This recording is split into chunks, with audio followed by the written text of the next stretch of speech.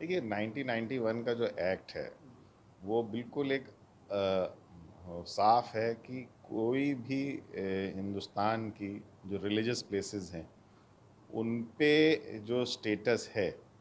वो 15 अगस्त 1947 cut off मानते हुए कोई सिविल सूट, कोई भी तरह का सूट कायम नहीं हो सकता उनके स्टेटस को, उनकी उसको चैलेंज करते हुए। और उसमें सिर्फ अयोध्या उस वक्त जो बाबरी मस्जिद मौजूद थी 91 में, उसको छोड़ के उन्होंने बाकी हिंदुस्तान की तमाम मसाजिद, दरगाह, चर्च, मंदिर, गुरुद्वारे, सारी रिलीजियस प्लेसेस को ये उन्होंने शामिल किया था।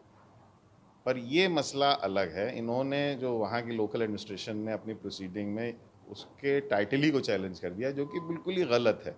उसकी बुनियाद तो इसमें, क्योंकि वो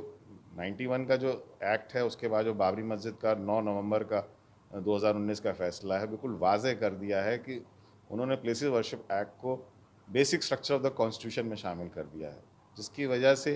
जो कहा जाए हिफाजत है इतनी सॉलिड हो गई है कि आज की तारीख में कोई भी तंजीम या ऑर्गेनाइजेशन किसी भी रिलीजियस प्लेसेस जो कायम है 15 अगस्त 1947 पे ये नहीं क्लेम कर सकती कि ये पहले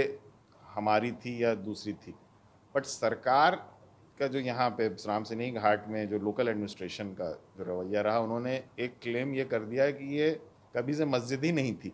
तो ये तो बिल्कुल एक नई तरह की बात आई है जिन्होंने रातों रात गायब करना जिस तरह से मस्जिद को। तो ये वाक़या और जगह जो मस्जिदों के वाक़े हैं वो इसके तना मेरी नॉलेज में नहीं आए हैं। और मैं अभी फोकस, क्योंकि राम सनेही घाट की मस्जिद के जो भी जुडिशल लीगल पहलू हैं मैं उस पर नज़र रखे हुए हूँ। तो मेरा ये मानना है इंशाल्लाह हमें यहाँ ज़रूर इंसाफ मिलेगा। और प्लेसेस ऑफ वर्शिप एक्ट 91 अब महफूज है, क्योंकि वो basic structure of the constitution में उसको दर्जा मिल गया है, जो कि Keshavananda Bharati case versus State of Kerala 1971 में सुप्रीम कोर्ट की 13 जज की बेंच में डिफाइंड है कि basic structure of the constitution कभी तरमीम नहीं किया जा सकता।